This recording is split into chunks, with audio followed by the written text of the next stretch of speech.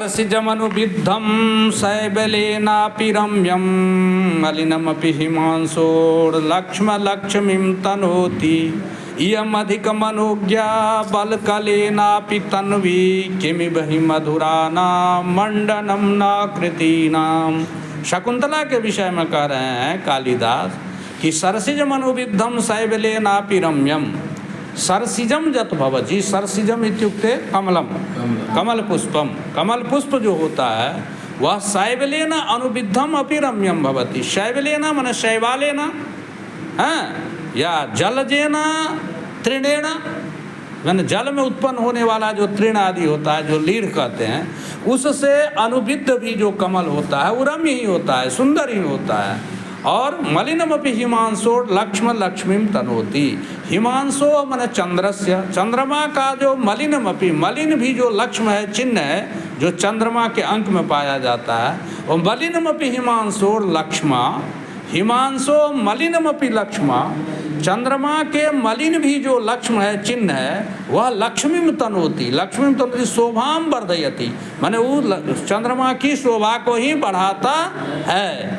इयम अधिक मनोज्ञा बल कलेनापि तन्वी। उसी तरह जिस तरह शैवाल से अनुविद्ध भी कमल जो है वो शोभा को ही बढ़ाता है, उसी प्रकार बलकल वस्त्र पहनी हुई भी शकुंतला जो है सो अधिक मनोज्ञा वर्तते, अधिक मनोहरा वर्तते। माने बलकल धारण की हुई भी शकुंतला जो है सो बहुत अधिक ही मन को हरण कर रही है। हाँ, तो इयम अधिक मनोज्ञा बलकले नापि तन्वी।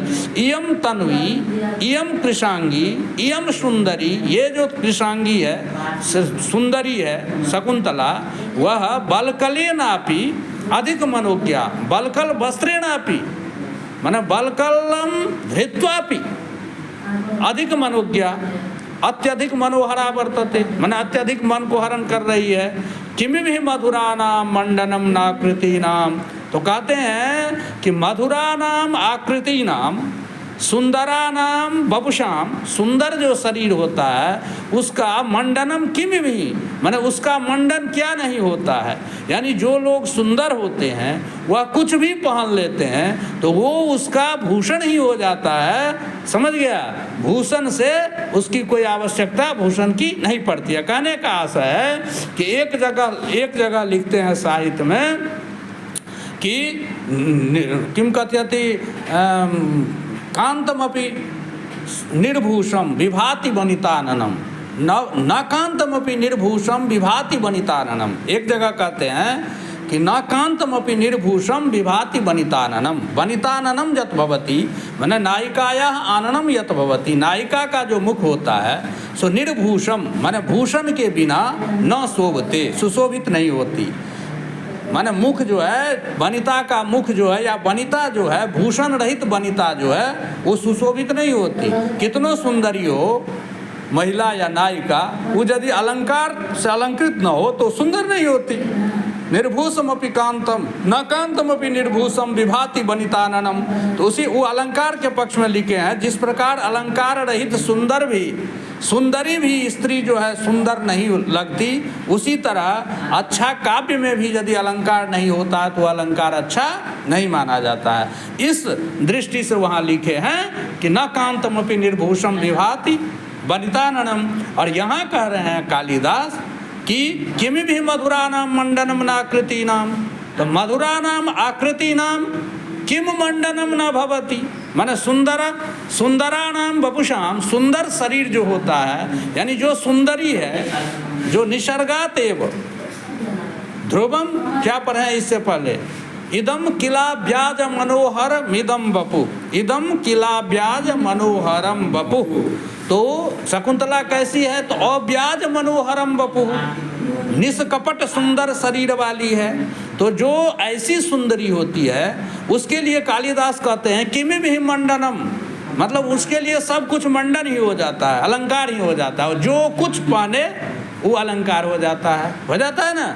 जैसा कि इससे पहले हम लोग क्या पढ़े थे, इदम किला ब्याज मनोहरम वपु तपक्षमं साधयितुं ज इच्छति ध्रुवं सनीलोत्पलपत्रधारया समीलतां छेत्तुं ऋषिर्व्यवस्यति। यानी कहते हैं कि राजा दुष्यंत कह रहे हैं शकुंतला के को देख करके कि यह माने जो इदम अव्याज मनोहरम वपु, अव्याज मनोहरम माने निष्कपट,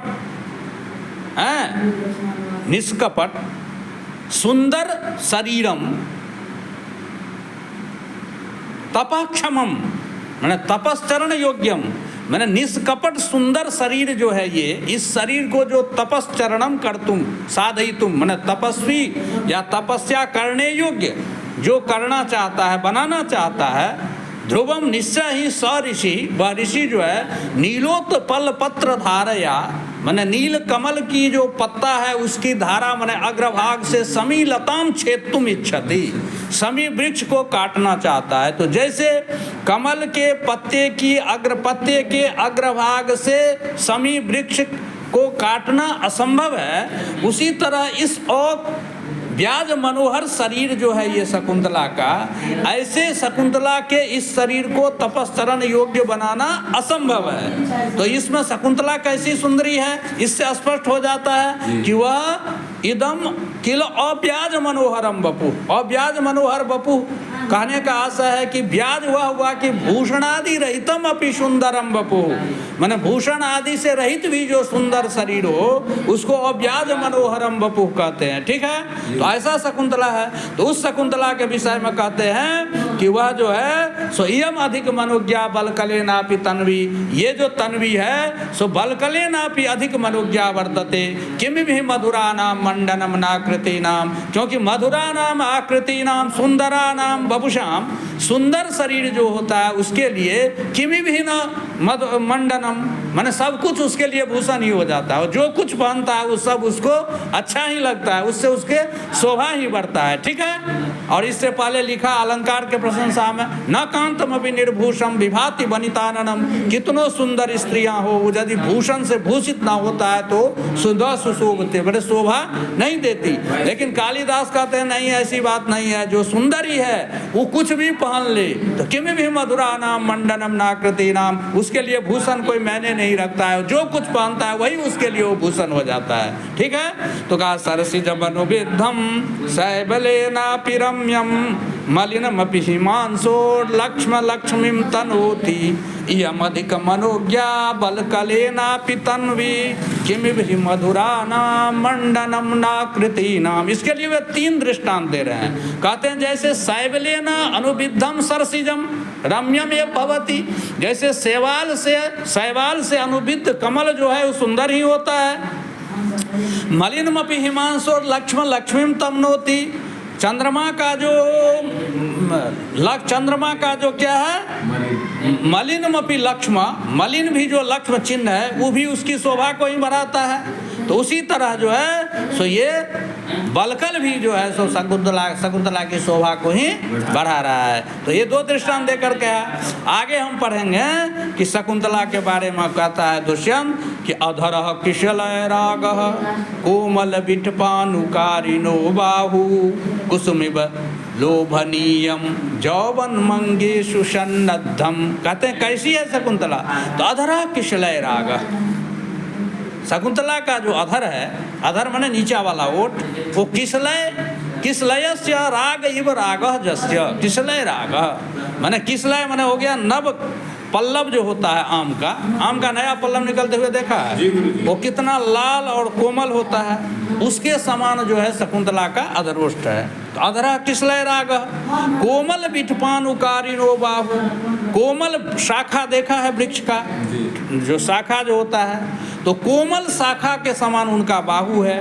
और कुसुमिव लोभनीयम जौवन मंगेशु सन्नद्धम, और अंगों में जो जौवन है वो जौवन कैसे है, तो जैसे फूल सुशोभित होता है वृक्षों में, ऐसी ही शकुंतला है। ये आगे कहेगा अधरा किशलय रागः कोमल विटपानुकारिणो बाहु कुसुमिव लोभनीयम जौवन मंगेशु सन्नद्धम।